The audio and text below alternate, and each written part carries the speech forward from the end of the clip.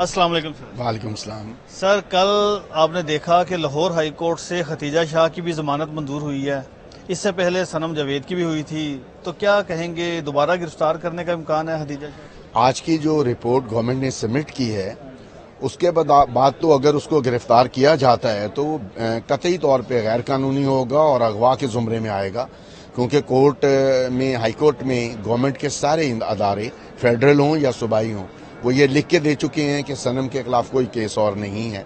تو اس کے بعد میں نہیں سمجھتا کہ کسی کو یہ حق حاصل ہے کہ اس کو دوبارہ گرفتار کرے، اور میں امید کرتا ہوں کہ سارے ڈپارٹمنٹ اپنی دی ہوئی اسٹیٹمنٹ کو آنر کریں گے اور اس کے خلاف کوئی ایسی کارروائی نہیں کریں گے۔ مجھے یہ بتائیے گا، میں یہ سمجھنا چاہ رہا ہوں کہ صنم جاوید پاکستان تحریک انصاف کی کوئی سینٹرل ایگزیکٹو کمیٹی کی ممبر تھیں، کوئی ایم این اے تھی، ایم پی اے تھیں، کیا ان کا تعلق ہے پاکستان تحریک انصاف؟ صنم جاوید میں بھی آپ ہی کی طرح بالکل اناویئر تھا کہ اس کا پی ٹی آئی سے کوئی تعلق ہے وہ نہ، اور پھر جب اس کو اس معاملے میں انوالو کیا گیا تو جب میں اس معاملے میں داخل ہوا، کیونکہ شادی شدہ ہے، اپنے گھر میں رہتی ہے اپنے خاوند کے ساتھ، تو اس وقت میں نے اسے جب سارا دیکھا تو سوائے اس کے کہ وہ سوشل میڈیا پہ عمران خان اور اس کی پارٹی کے جو نظریات ہیں ان کو سپورٹ کرتی تھی، فین تھی، اور وہ اب بھی ہے عمران خان کی، جی بالکل ہے، اور وہ کہتی ہے کہ ہمارے ساتھ زیادتی ہوئی ہے، اور وہ یہ کہتی ہے کہ اس نے کل مجھے یہ میسج دیا ہے کہ پاپا ان لوگوں نے میرے ساتھ بہت زیادتی کی ہے، اگر ان کو میرے بولنے پہ اعتراض تھا یا زیادتی مطلب ظلم کیا، جیل میں تشدد کیا؟ نہیں، زیادتی سے مراد یہ ہے کہ اس کو جیل میں رکھنا ایک زیادتی ہے، مطلب انہوں نے کہا، اس کا کہنا یہ تھا کہ اگر کسی کو میرے بولنے سے تکلیف تھی تو وہ میرے خلاف۔ کس کو تکلیف تھی ویسے بولنے سے؟ اس کے بولنے سے سب سے زیادہ تکلیف اس کے خیال میں مریم نواز کو تھی۔ مریم نواز؟ یس، اور وہ کہیں ٹویٹر میں وہ مریم نواز، وہ کیا ہے، ہنا پرویز اور وہ عظما بخاری وغیرہ وغیرہ، ان کے ساتھ اس کا کوئی ٹویٹر پہ چل رہا تھا، اور وہ جو عمران خان پہ ایلیگیشنز لگاتی تھیں وہ اس کے جواب میں ان کو کہہ دیتی تھیں۔ صنم جاوید کا تو پی ٹی آئی کی نہ، جیسے میں نے پہلے نہ ممبر تھی نہ کوئی چیز تھی، تو پھر مریم نواز کو ان سے کیا اختلاف؟ بس ویسے ہی وہ ایک مزاحیہ قسم کا پروگرام بناتی تھیں، جس کا ان کا ایک یوٹیوب چینل ہے جس کا نام تھا آفٹر شاک۔ ان کا؟ صنم جاوید کا، اس کا نام ہے آفٹر شاک، اس پہ وہ بناتی تھیں، اور جو بھی کوئی لیڈر، اس میں صرف مریم نواز نہیں تھی، اس میں انہوں نے بلاول بھٹو زرداری صاحب پر، مولانا فضل الرحمان صاحب پر، سبھی پہ مزاحیہ قسم کے خاکے بنائے۔ میں جیل سے جو باہر آ رہا ہے وہ کہہ رہا ہے کہ ہم لا تعلق ہیں پی ٹی آئی سے، یا وہ بات نہیں کرتے یا وہ سیاست چھوڑ دیتے، کیا صنم جاوید سے جب ملاقات ہوئی تو وہ اپنا پروگرام کو جاری رکھیں گے اسی طرح سے اور پی ٹی آئی کے ساتھ؟ جی، اس کا کوئی ایسا ارادہ نہیں ہے کہ وہ پی ٹی آئی کو چھوڑیں گی، ابھی چھوڑنے کا سوال تو تب پیدا ہوگا نا جب اس کو جوائن کریں گی، مے بی وہ باہر آگے بھی پی ٹی آئی جوائن کریں۔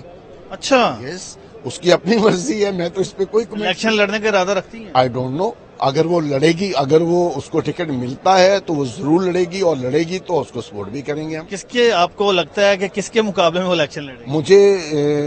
مجھے یہ لگتا ہے کہ یہ کہہ کے تو اس کو ہمارے لیے ایک پرابلم کھڑی کر دی گئی ہے کہ جی ہمارے بہت سینئر صحافی ہیں، یاز میر صاحب، اس کے بعد میں ہارون رشید صاحب، اور ان کے بعد احسن صاحب جو ان کے پریس انفارمیشن سیکرٹری ہیں پی ٹی آئی کے، انہوں نے وہ ٹویٹر پہ اور دوسری جگہوں پہ ان کو مریم نواز اور نواز شریف کے اپوننٹ کینڈیڈیٹ کہہ کر، کس کو؟ صنم کو، تو وہ کہہ کر اور یہ کہہ کر کے پارٹی نے یہ فیصلہ کر لیا ہے، اس وجہ سے سارے اسٹیٹ کے وہ آرگن جو اس وقت نون لیگ کے عشق میں مبتلا ہیں وہ صنم سے دشمنی میں۔ نون لیگ سے مجھے یاد آیا کہ 21 کو تو نواز شریف صاحب آ رہے ہیں بڑے پروٹوکول کے ساتھ، وہ آپ کے لیے نواز شریف صاحب ہوں گے جب تک اس کو کورٹ مجرم، 3 مرتبہ کے وزیر اعظم، ہی از ڈکلیئرڈ مجرم، اس وقت وہ ایک مجرم ہے، جب تک اسے کوئی پراپر کورٹ اس کے جرموں سے آزاد نہیں کر دیتی، میں اس کے ساتھ مسٹر کا لفظ بھی استعمال کرنے کے لیے تیار نہیں ہوں. ایک ڈکلیئرڈ مجرم. آپ ایک نظریاتی شخصیت ہیں، جس طرح سے ان کو سزا سنائی گئی، جس طرح سے ان کے ساتھ سلوک کیا گیا، وہ بھی آپ کے سامنے ہی ہے. بالکل ویسا ہی سلوک کیا گیا جیسے اب آج عمران خان کے ساتھ کیا جا رہا ہے. جب عمران خان کلیئر ہو جائے گا میں اس کو مسٹر عمران خان کہوں گا، اسی طرح جیسے مسٹر نواز شریف کہوں گا.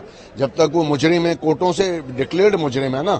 اگر اس 10 لاکھ لوگ ان کے استقبال کرنے جا رہے ہیں، یہ بات دعویٰ نہیں، اگر 10 لاکھ کی جگہ اگر 10 کروڑ لوگ بھی، میرا نہیں خیال کہ 10 کروڑ لوگ بھی آ جائیں تو ایک ڈکلیئرڈ مجرم کو آپ مسٹر کہہ دیں گے. اگر وہ مجرم ہے وہ کورٹ سے جائے، کورٹ میں جا کے ریلیف لے اور اپنے آپ کو بے گناہ ثابت کر کے.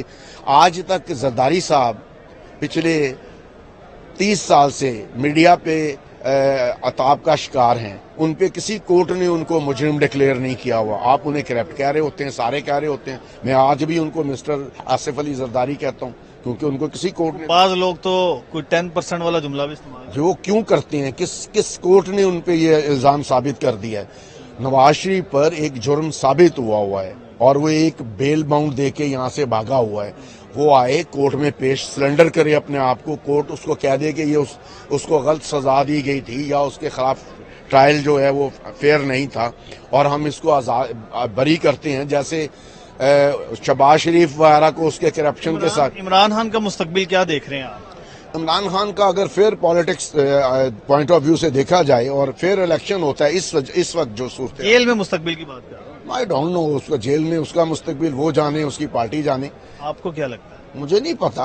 اگر اس کو فیئر چانس دی، اس کا ٹرائل کیا جائے، جن کیسز میں اس کا ٹرائل کیا جا رہا ہے نا جی، وہ اس کے، اگر آپ بات کرتے ہیں نکاح میں عدت میں نکاح کی بات کرتے ہیں یا ایسی کوئی بات کرتے ہیں، تو جو اب وہ بی بی مریم ہے، اس کی جو بہو ہے، جو اس نے الزام عائد کیا ہے کہ جی اس کے باپ کے پارٹنر کے ساتھ اس کے مریم کے تعلقات ہیں، تو پھر اس کو بھی پکڑ کے اس کا بھی ٹرائل کریں نا. ٹھیک، اس کا بھی ٹرائل کر لیں کہ کیوں، اگر یہی الزام ہے نا جی عدت میں. اور دوسری بات مجھے یہ بتائیے گا کہ 21 اکتوبر کو نواز شریف آ رہے ہیں، اس کے بعد پھر الیکشن ہے، تو آپ پھر صنم جاوید کی کمپین کریں گے اگر ان کو ٹکٹ ملتا ہے؟